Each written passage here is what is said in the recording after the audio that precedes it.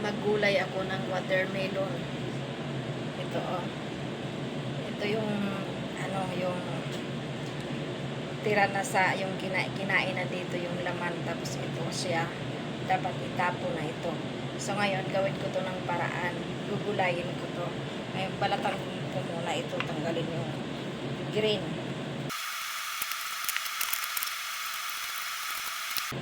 Ito na, nabalatan na siya. Yan na. Hugasan ko muna to bago to i-slice. Slice ko na to. Ito na, marami siya. Para siyang kapayas, oh. Papaya. Lagyan ko to ng butter. At saka kunting mantika.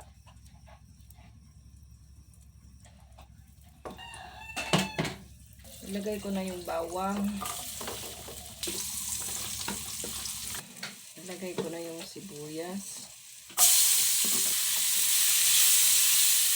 Isama ko na rin yung kamatis.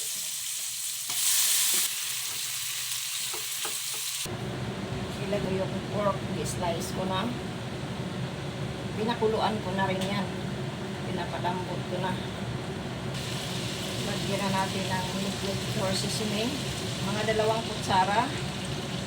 Yan, ibuhos ko na kay wala na siya laman. Ito, estimate lang. Mga 2 kutsara din. Ito, yun. At ilagay na natin ito. Ito yung watermelon.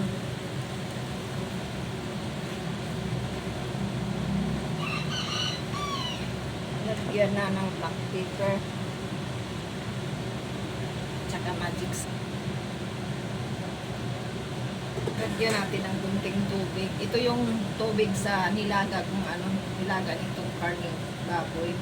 So, kunti lang. Yan. Paano natin? Tingnan natin ito.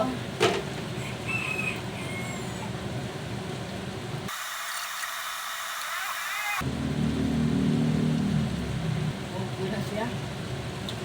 Luto na ang recipe kong watermelon. Ito na, kain na tayo ng gulay na watermelon. Ito oh. Yan. Sabi ng asawa ko, masarap pa daw to ito kaysa yung gulay na papaya. Kain na tayo. Ito yung gulay na watermelon. Yung laman nito, yung pula, kinain na namin. Pero may kalahati pang nilagay namin diyan sa ref kasi malaki ito eh. Tapos ginulay ko yung yung nasa balat na, yan, kulay green.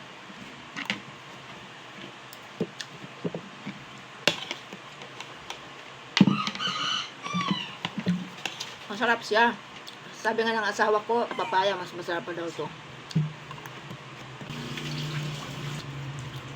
Magkit-kit sa ko ribs ng pork.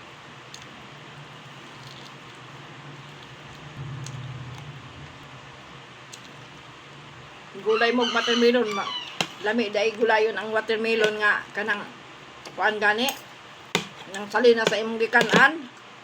Tapos kaga naman dai gulayon.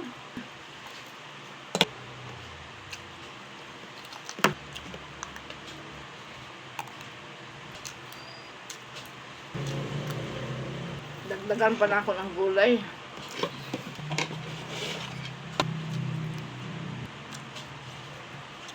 Ubus na.